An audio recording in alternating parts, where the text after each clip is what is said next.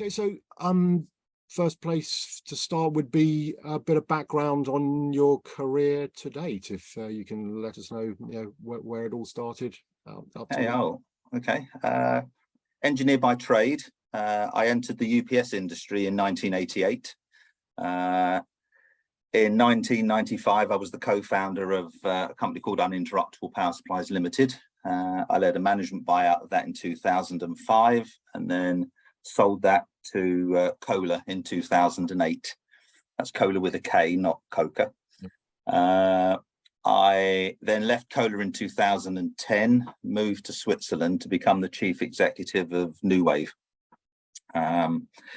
We sold New Wave to ABB, and I returned to the UK in 2013 to become the managing director of Emerson Network Power, which is it's now Vertiv. That was in the UK. Then I left there and became the managing director of Benning, also in the UK. And I left then Benning in 2017 with the idea of retiring. But my previous colleagues from New Wave had started up Centiel at that time, and they were interested in what they were doing was exciting. And I thought I would, not necessarily on a full-time executive basis, but I'd be interested in joining them. So I joined Centiel late 17, early 18.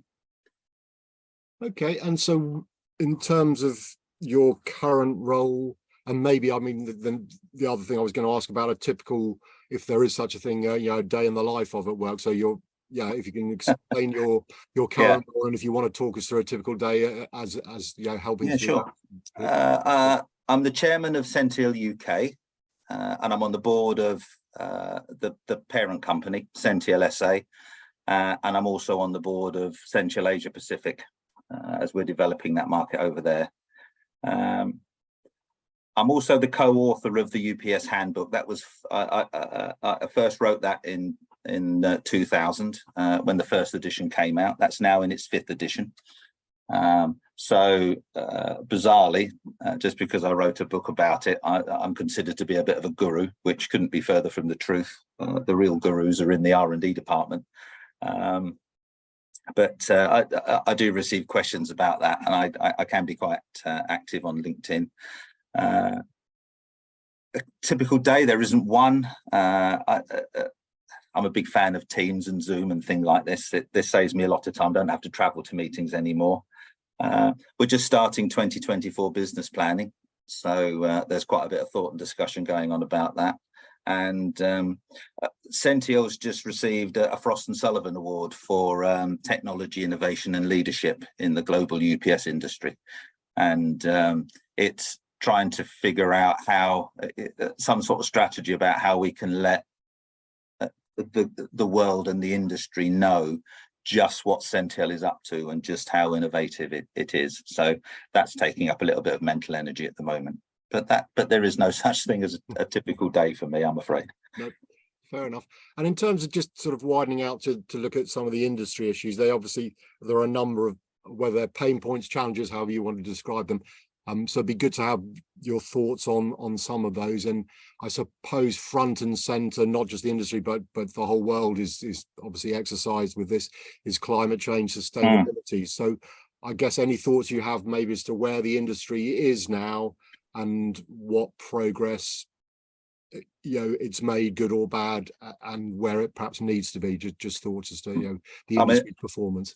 Yeah, I mean, this is a big subject, and I'm already considering writing an article about it. I mean, the fact is, we can't build data centers fast enough at the moment, and the problem is not the demand for data centers. The problem is the infrastructure needed in order to build data centers. So it's the availability of power, the availability of water, the availability of suitable sites. So I mean, I'm more qualified to talk about power than anything else. I was reading an article a couple of weeks ago regarding data centers in Ireland, and the article explained that if all the data centers that were in requested planning were built, it would take up 70% of Ireland's electrical infrastructure, and that clearly cannot be the case.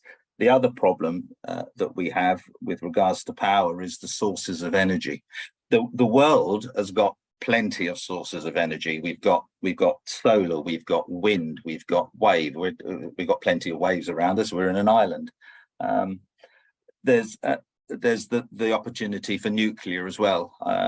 Whilst I'm not the biggest fan of nuclear, I do believe it's needed. And that's all avoiding the dreaded carbon-based fuels and power stations.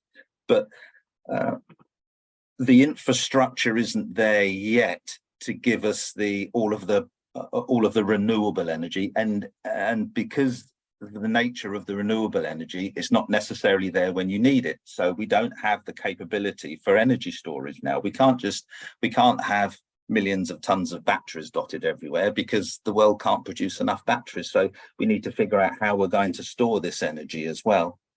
As far as power protection is concerned, I mean, we've now got UPSs that are in excess of 97% efficient. So there isn't a big step function now for us to go. We might be able to get an extra 0.1 or 0.2 in the efficiency, but that's not earth changing. That's not going to do anything. We've had the move in the past from transformer-based UPS to transformerless, and from transformerless onto modular, and they have been good evolutions within the UPS industry. But we can't, from a UPS perspective, we're pretty well up against an end stop as far as efficiency is concerned. We do need to find a way of processing the data more efficiently. Almost all of the heat generated by data centers now, and heat is wasted energy, all of that is to do with the processing of data. Why is the data why do we have to use so much energy to produce to process the data? That there must be a technological evolution somewhere that allows that to be done just that much more efficiently. Then you ease pressure on the cooling system, and thereby also on the power system as well. And also, why aren't most data centers are still running at 20 degrees C? Why? The kit that their UPSs can run at 40 degrees C. I'm sure a lot of the file servers can run at higher temperatures anyway. If they can't, why don't we design them so they can? If we can, I know there's adiabatic from my time at in Emerson Vertiv. I know about adiabatic cooling. That's a very good thing. Saves energy, saves water. But if we can get the heat out of the data center, that helps as well with regards to sustainability. Then we'll be able to build more because the infrastructure doesn't need to always be growing. So it's things like that. Why are we building data centers in deserts? I suppose the obvious follow-up to that would be, and I suspect I might know the answer based on what you've just been telling me, but do you think, I don't know who would be the responsible body, but it sounds like there's a lot of piecemeal activities and some great work being done, but do you think it all needs to be brought together in some formal way so that everyone's working in the same direction rather than maybe slightly tangentially? Yes, I mean, the UPS people are doing their thing, the cooling people are doing their thing, but there isn't anyone. The big data center companies obviously have they're driving some of the efficiencies and sustainability needs, but again, that's on an individual company by company basis. And their main objective is to be building more data centers to satisfy the demand of their customers. And the challenges of the infrastructure are an annoyance, but they still need to get their data centers built. There isn't an organization above all of this saying you can do that, but you can't do that. So that's a good point. And I not exactly directly related, but I know the industry as a whole has a skills shortage. Yeah. I don't. You laugh there, so I suspect you're aware of that. But Yeah. I mean, whether it's yourselves as a company or just more generally, any thoughts as to how some everyone I talk to says, yeah, we got a skill shortage, but no one's sort of thinking, oh my God, the whole industry's doomed. But it does appear, if we're not going to train people up in a fairly short space of time, the experienced people like yourself, you said, you're planning to retire in 2017, you're not, but sometimes all your knowledge will be gone, and it's not obvious that it's being replaced at a suitable speed. So how do you see that skills? Well, I mean, skills shortages I mean, that's true for everyone. And you're actually tapped into one of my hobby horses here, Phil. I mean, for me, we're educating the wrong people to do the wrong things. We need, just as an industry, but also as a nation and a civilization, we need bricklayers, we need electricians, we need plumbers, we need these skills. But colleges suddenly turned into universities, and those universities started to send out graduates in media studies. We don't need graduates in media studies. We need engineers. We need IT professionals. We need data center professionals coming through the ranks in order to fill these jobs that exist and are desperate. We desperately need those skills, but we seem to be focusing in the wrong things. Why don't we why aren't there apprenticeship schemes for the skills that we actually need? Why are we sending young people off to do data center? Off to do university degrees? They come out with no job prospects and debts. It doesn't make sense to me. Maybe I should stand for Parliament. There you are, yes. And do you think maybe technology, I know because I do a bit of work in the semiconductor industry, and someone I've talked to suggests that the only way they're going to address the skills shortage is sort of whole scale automation, introduction of AI. Do you think AI within the data center sector has that potential, or at least there is an opportunity to use AI to improve the efficiency of the industry, whether or not that can mask the skills gap or not? Any thoughts? The answer is yes. I mean, for me, all technology is good. Only the use to the technology can be put to is good or bad. So you will have people that take AI and use it in the wrong way, but that's not the technology's fault, that's the people's fault. There's no doubt that AI will replace some jobs. However, other jobs will be created because of AI. So for me, AI is universally good. Let's go back to the Industrial Revolution. When that first started, you had the Luddites going around smashing up machinery because the machinery was taking their jobs.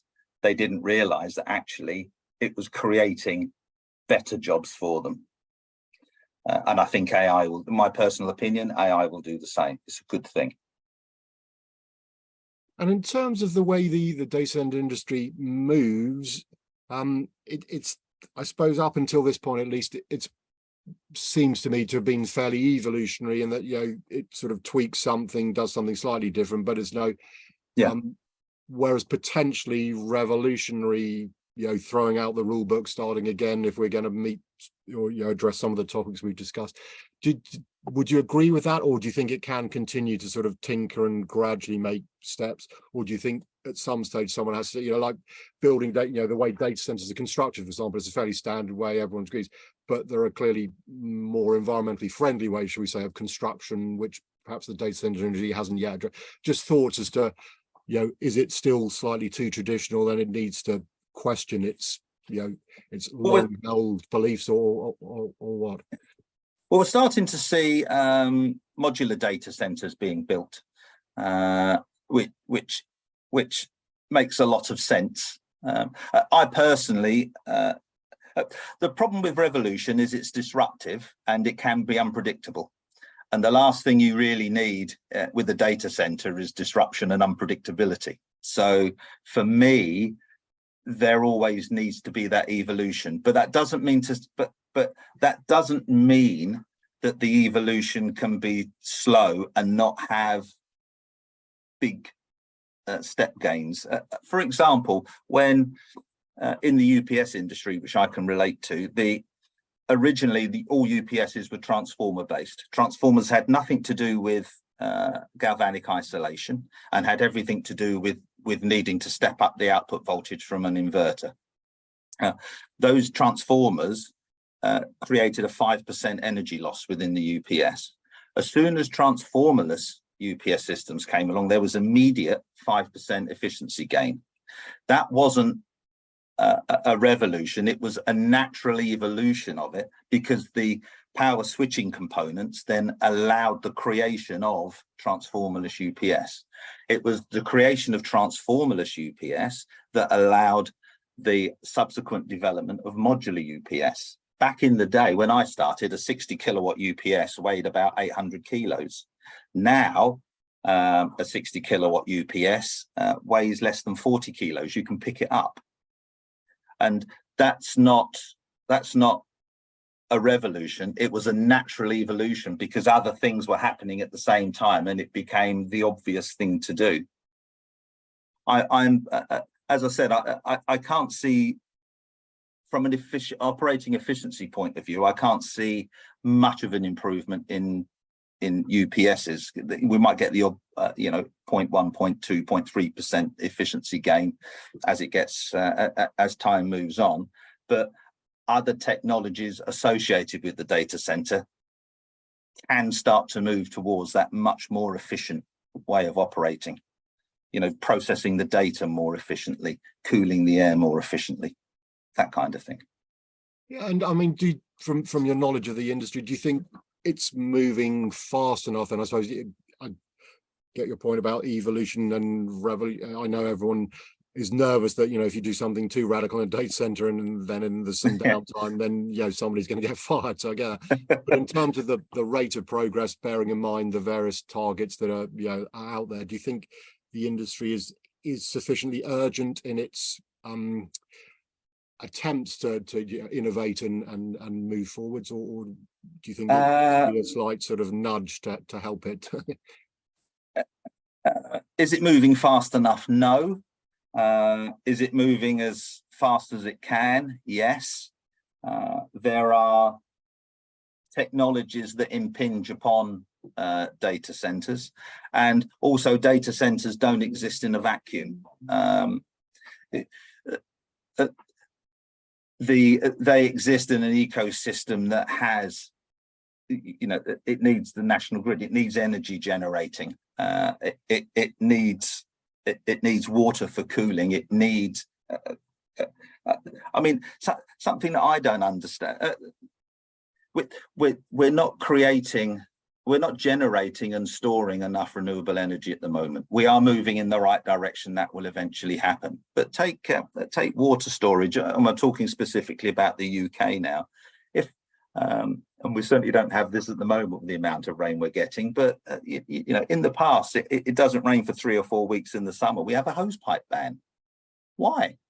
We get so much. The problem is water storage. It's not the volume of water that we've got. It's not the volume of energy that is around us as far as the planet is concerned. It's how we capture it and how we store it. That's the problem, and they're the advancements that actually need to be made to enable the data center world to become better, because data and information is not going away. This is growing fast, and it will get faster and faster. Yeah, and I suppose bringing the two strands together, is it digital or sustainable, or can we, because as you say, data's not going anywhere, and it's kind of everything about data is if not anti-sustainability, it's certainly not helping sustainability, but we're trying. So is it possible to keep the digital world moving forwards at the same time as achieving sustainability targets and even net zero, or is the two just incompatible? No, they're not incompatible. Necessity is the mother of invention. So the world of data and data processing isn't going away. We have there's a generation of young people that are very worried about what, and rightly, what's worrying about the environment. But they are also the people that you see more often than not glued to their screens with social media and the like, online gaming. So they're worried about it, but they also need it. And business in the good old days, it was telex, and then we used to send faxes now and letters. Remember the good old snail mail days? Now it's all done with email. Everything's instantaneous. I can speak to anyone in the world face to face whenever I want now, and that isn't going away. So people far cleverer than me will come up with a solution to these problems because they have to. There is a need to, and therefore they will. And people need to design sustainability into this. But people nowadays know the price of everything and the value of nothing. Back in the day, we go back to the Second World War. People, because of necessity, used to make do and mend. Then we entered an era, probably started in the 70s, I don't know, where it was cheaper to buy something, and if it broke, throw it away and buy another cheap one. That's great for the manufacturers, and it's great for the people that own landfill sites, but it's not very good for the environment, and people are now waking up to that. Take a data center. We're talking about sustainability. A typical design life of a data center is about 30 years. So all the wiring, the switch gear that's put into a data center, 30 years. Generators that sit outside, 30 years. Typical useful working life of a UPS, 10 years. Why? This is something that Centiel spotted 3 or 4 years ago, the sustainability argument, and the latest product that has been launched is the Stratus Power, and that was designed with sustainability in mind. And the idea there is, why have a design life of a UPS that's 10 years? Why not have a design life that's 30 years that matches the design life of the data center?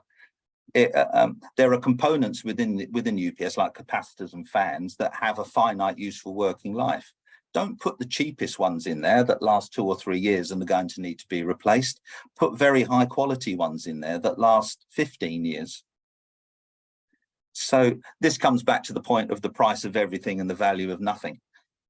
If you can have, and this also ties into modular.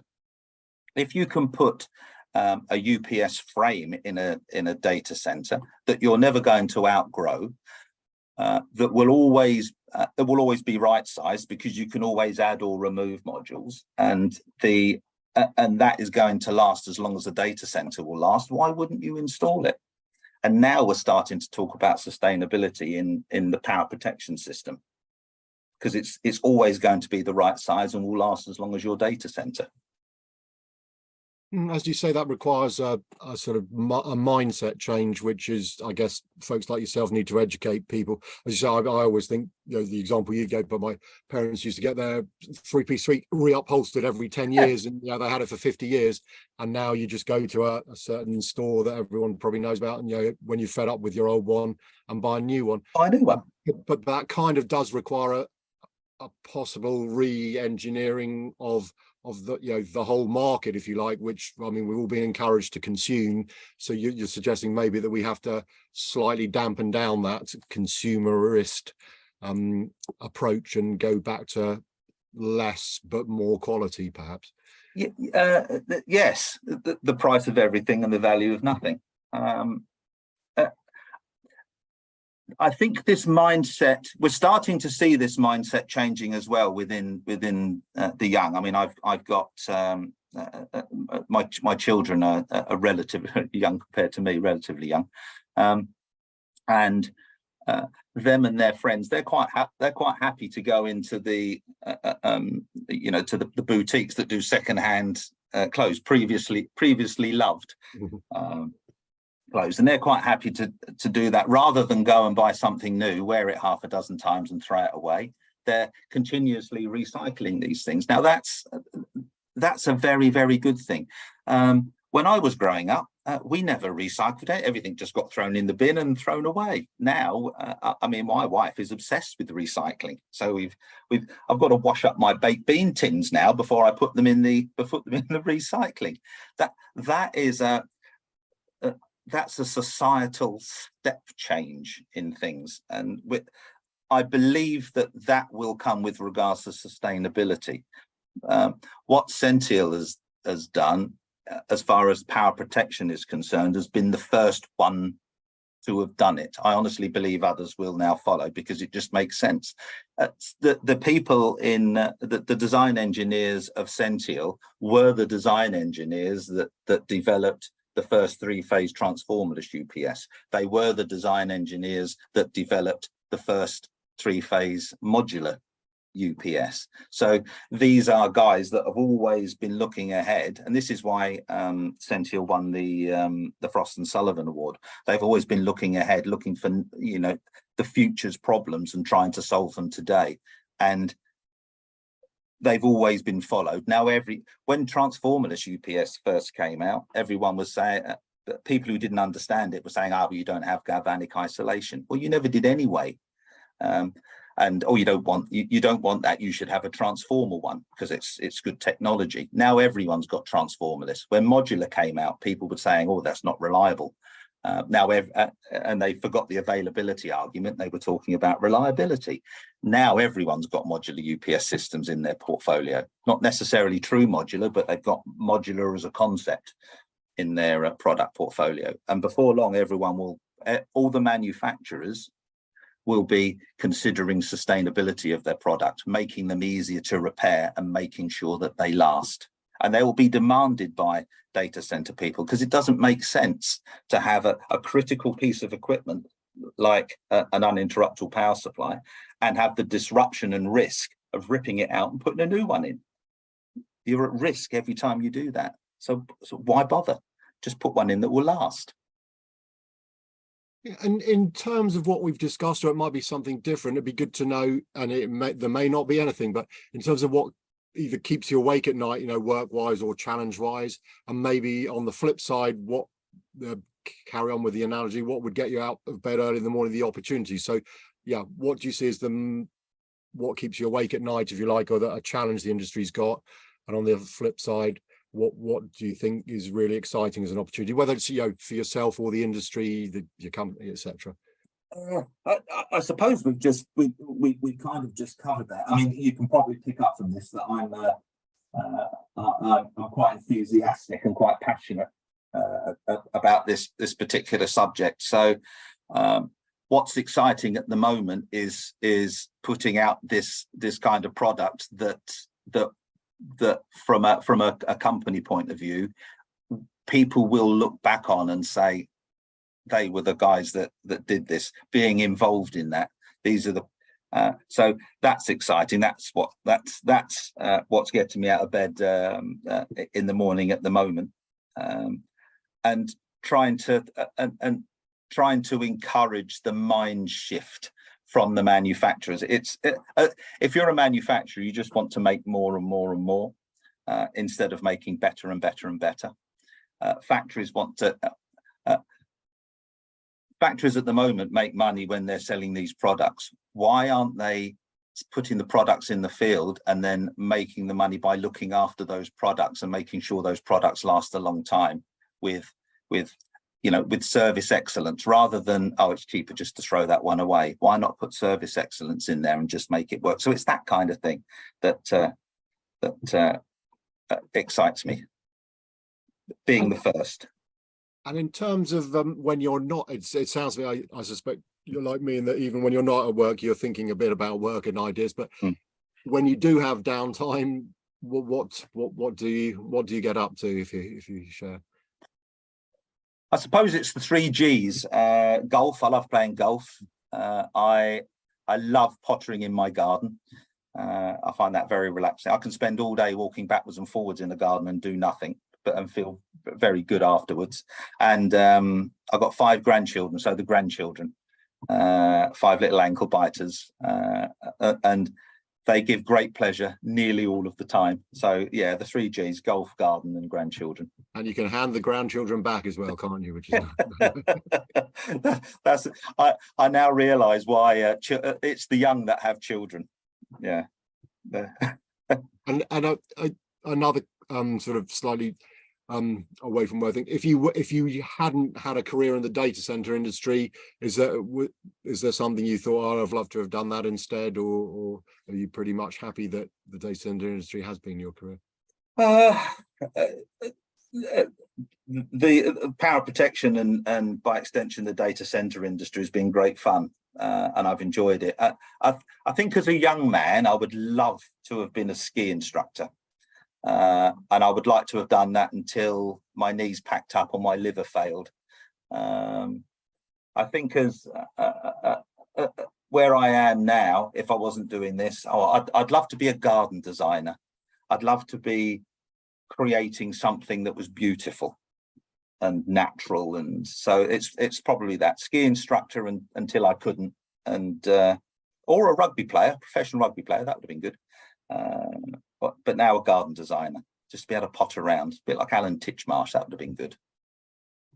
And just in finishing, I don't know if you, I mean, have a favorite quote, piece of inspiration, or just your philosophy, you know, any sort of approach to life or work, whatever that you'd like to share. Yeah, I never panic about anything. You're quite right, my mind's always buzzing, but I never panic. There's an expression, this too will pass. So I mean, every journey is going to have bumps, and when you and some bumps are bigger than others. When you come across a big bump, you know, don't panic about it. Think about how you're going to get around it. Some people panic. I've got this weird thing. Whenever a big problem pops up, I go calmer and calmer, which is weird, but it's how I am. And yeah, I'd always think with this, you know, at the end of the day, you know, no one's died from this. That this will pass. This too will pass. So that's probably my favourite expression. Okay, I mean, it's been brilliant to chat to you, and you shared some brilliant insights about both work and outside of, but as the first in our series, it's been tremendous. So thanks very much indeed, David. You're very, very welcome. Always a pleasure to chat.